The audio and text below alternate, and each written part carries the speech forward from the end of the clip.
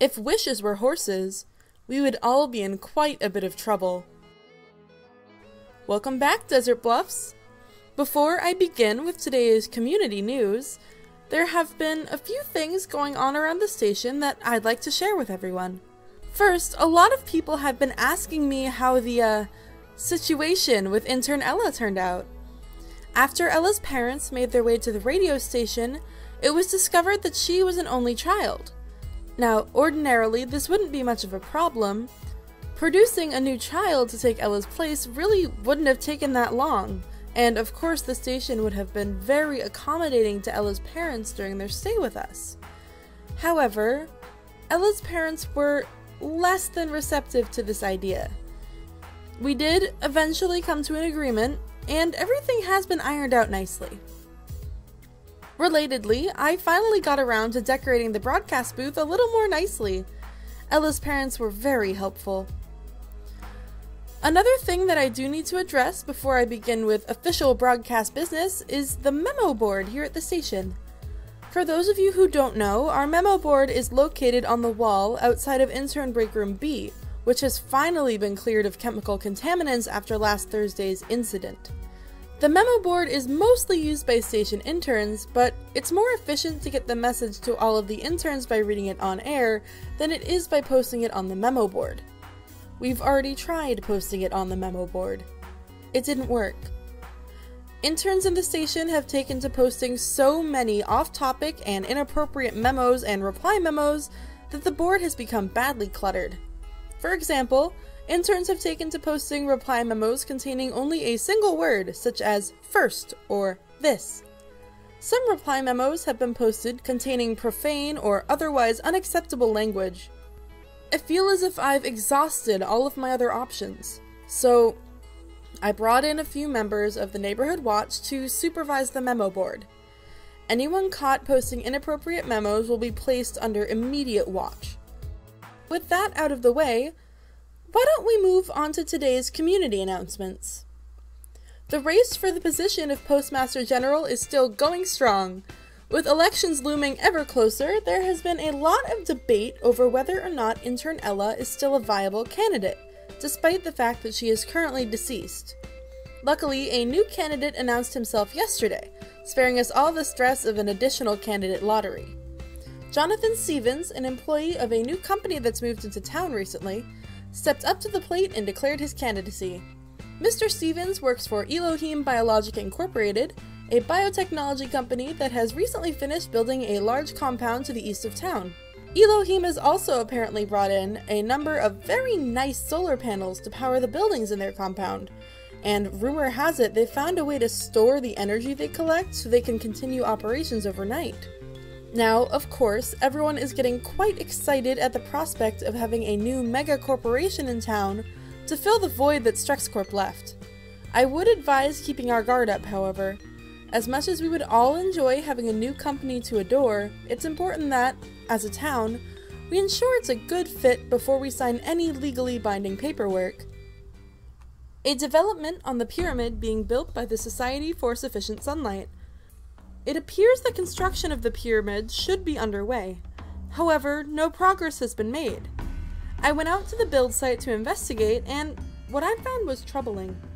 It seems that the contractors that the Society had hired to build the pyramid had no previous experience in pyramid construction, so they subcontracted the job out. Easy enough, right? But then, the construction company that was subcontracted wound up subcontracting it out as well, also due to a lack of relevant experience. I can't say for certain how many different construction companies are involved in the pyramid construction project at this time. However, the tangle of paperwork and contracts has coalesced into something we have not seen in a dog's age.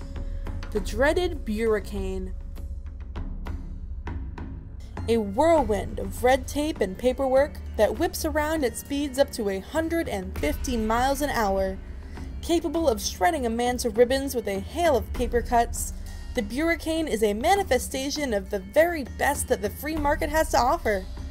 Why, just standing there and viewing this manifestation of the invisible hand of capitalism at work, and reducing hundreds of people into a thin red mist was truly inspiring.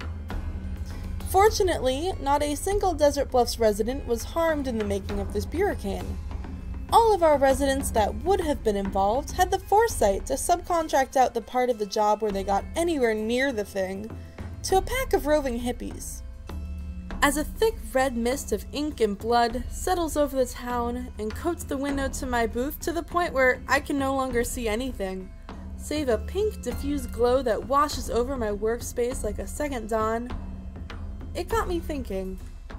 Perhaps this addition of a new company to our town isn't something we need to be too anxious about. I've been thinking about it more as the broadcast goes on, and as a town, we really have been struggling. I know it's tough for all of us to admit, especially me, but I think having some oversight and guidance would be a good thing. Remember when Strex Corp first came to town? We didn't really think it was a good fit at the time. Many people wanted to leave Desert Bluffs, which frankly was a ridiculous and immature reaction to have. But over time, they grew on us. They grew in us. And I think this new company, Elohim Biologic, they seem interested in filling that gap we've developed.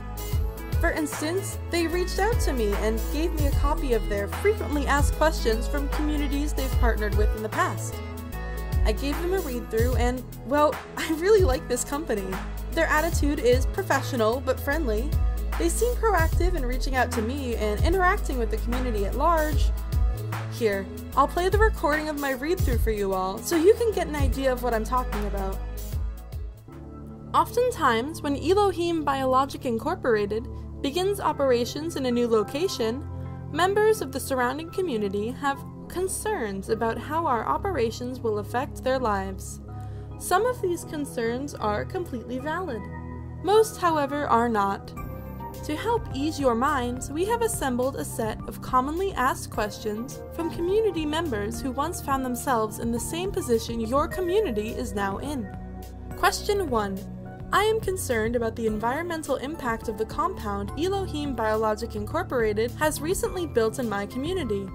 What assurance can I have that EBI will not contribute in a meaningful way to the continued destruction of natural habitats and resources in my community? Answer. Elohim Biologic Incorporated can offer no hard and fast assurances.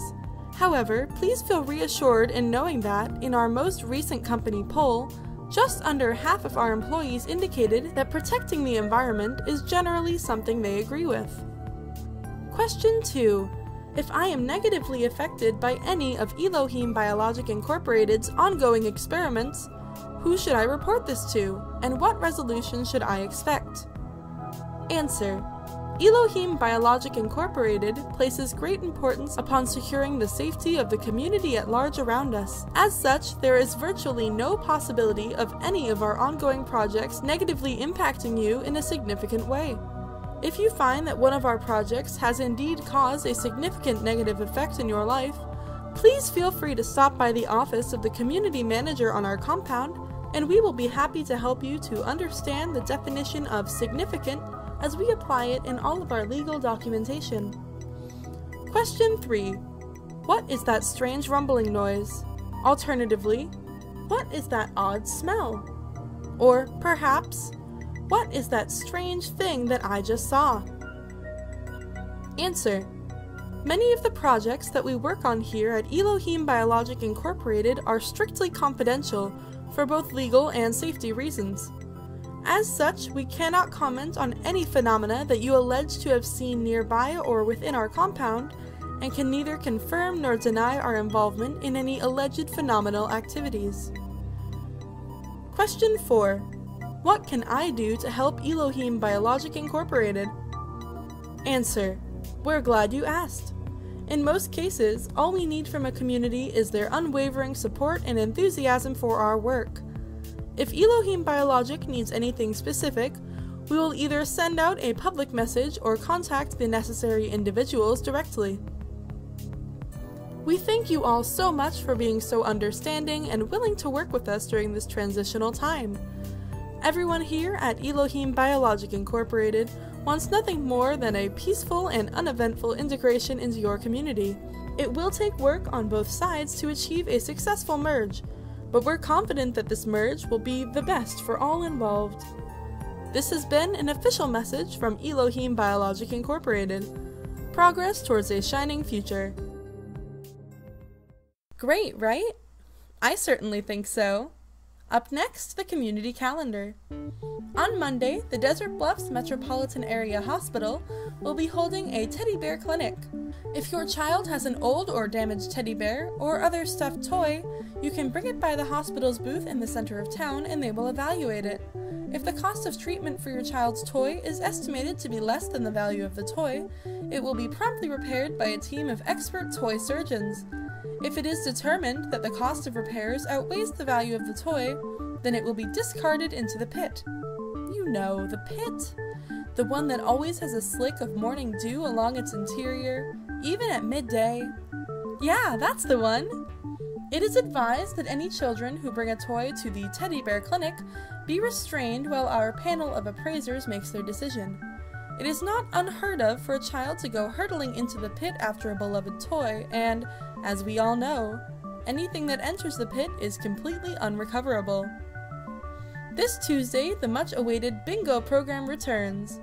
Compete in bingo against your friends and neighbors to win valuable prizes such as fresh drinking water, sunscreen, sturdy shoes, and even a complimentary get-out-of-trouble card from the Neighborhood Watch, good for one use only. On Wednesday, there will be an eel gargling competition. Due to the illicit nature of such competitions, the time and location of the competition is being kept a secret. It is entirely possible that it won't be held on Wednesday either. So, eel gargling, eventually, I guess. On Thursday, there will be a self-confidence workshop for women held at the rec center. This workshop is meant to help local women embrace their true selves, and then find effective ways to stifle their true selves in order to project an image of what our society thinks self-confidence looks like. Friday, there is an Easter egg hunt scheduled, and by Easter egg, we mean bomb. We hid a bomb in the town and it's going off on Friday. This Saturday, the Desert Bluffs Junior High School's 8th grade class is going on their summer retreat. All 8th graders are required to report to City Hall at dawn on Saturday to be fitted with their subdermal tracking devices, and then subsequently sent out into the sand wastes. We will be announcing the celebratory picnic for those that return in the coming weeks. On Sunday, the 7th day, the Lord rested, and the smiling God picked up the slack. This has been the community calendar. Speaking of our community, I sent out an intern to the Elohim Biologic compound earlier today, and he's just now arriving. Unfortunately, it seems as though Elohim has a rule against phone calls on the premises due to a previous incident, so I'll be communicating with Intern Vincent via text message. Vincent was lucky enough to get an interview with Jonathan Stevens, who is Elohim Biologic Incorporated's community manager, as well as a candidate for our upcoming Postmaster General election. Mr. Stevens was apologetic that he couldn't share many of the projects that Elohim is working on currently, due to various security concerns and non-disclosure agreements. However, Vincent is now sending me the details of one project that Mr. Stevens was able to share with us. Mr. Stevens is telling us that Elohim Biologic Incorporated is working on a genetic engineering project. They're attempting to modify a turtle's genetic code in order to optimize it for life in our desert environment. Now, Vincent, isn't that just a tortoise? I mean, it sounds a lot like a tortoise at least, and Vincent has texted me back very promptly. Mr. Stevens is apparently getting quite irate at the suggestion that their modified turtle is just a tortoise. It is more than that, he is saying. It is definitely not just an excuse to collect tortoises from the surrounding desert. I would explain it to you, but it is very clear that you wouldn't understand, he added, sounding frustrated. Vincent is about wrapping up his interview with Mr. Stevens now, but it seems that Mr. Stevens has something that he would like Vincent to deliver to me.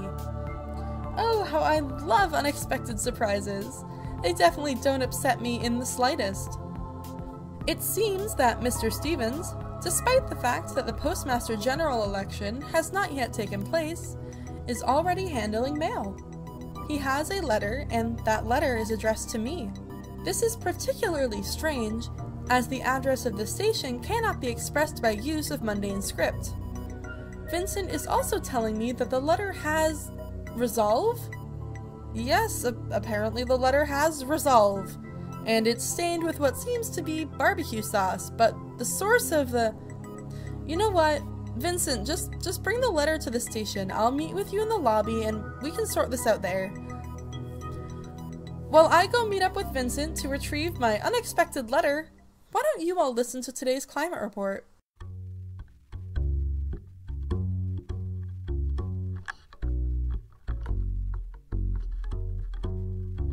After you pushed my heart over, I was south for a week. I could feel it beating under the sheet.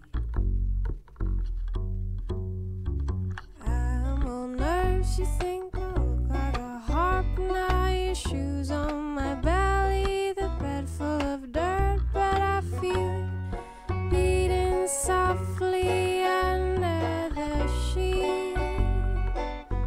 When I get lazy, I act like I'm crazy. But your manners just send me straight into bed. You and the rest of you, spooks and all, and the fever. That donkey heart is still the king.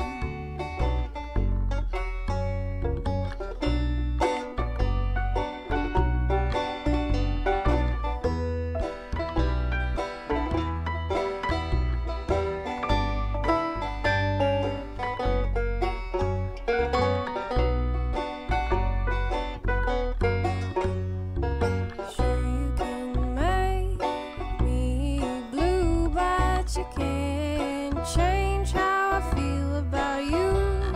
I can feel it beating under the sheet.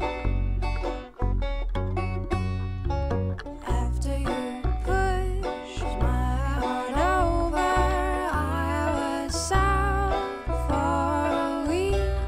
I could feel it beating under the sheet.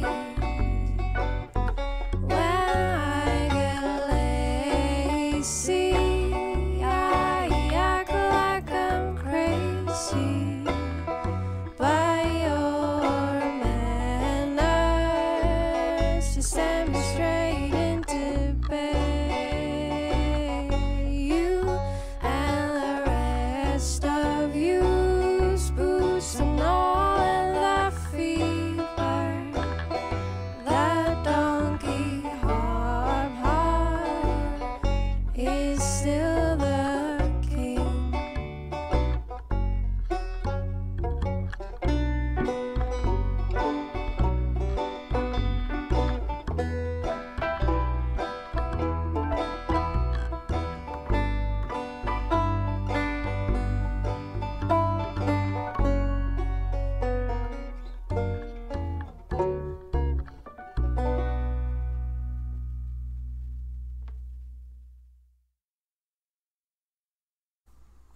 Welcome back!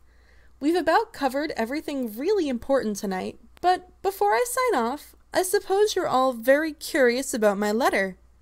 The truth is, I haven't opened it yet. I had plenty of time to while the climate report was wrapping up, but I kinda wanted to do it on air, to share the excitement with you all. There's something so thrilling about receiving a letter, especially when you don't have any living pen pals. So, I'll give you all a quick description of the envelope before I open it. The return address on the top left corner of the envelope is simply New Desert Bluffs, which isn't a place that I've heard of. Perhaps there is another town, a town that emulates our Desert Bluffs, and someone there is sending me fan mail. What Vincent mistook for barbecue sauce is actually something much more common. It's blood. I was surprised when he said that there was barbecue sauce in the envelope. We haven't had a barbecue in town for quite a long time. Whoever wrote this also knows my full name and wrote it on the envelope. This does narrow the scope of who could have written the letter. Most people don't know my full name. I hardly ever use it these days. Okay, well, here goes. I am opening the letter. It reads, "Dearest friend, Oh, wait. Oh, goodness. Listeners, this letter is from Kevin. I need to take some time to reflect on the contents of this letter, but before I go, I'll leave you all with a final thought. Don't cry because it's over. Smile, because there's nothing else you can do. I'll talk to you soon, Desert Bluffs. Keep smiling." Welcome Back, Desert Bluffs is a fan-made podcast based upon characters and events from Welcome to Night Vale, which is the intellectual property of Commonplace Books. The voice of Terry was Ren Connolly. This episode's climate report was After You by My Bubba and Me. Information about the climate report and other sounds used in this episode can be found in the description below. Got a burning question? Got a burning somewhere else? Send us an email at welcomebackdesertbluffs@gmail.com.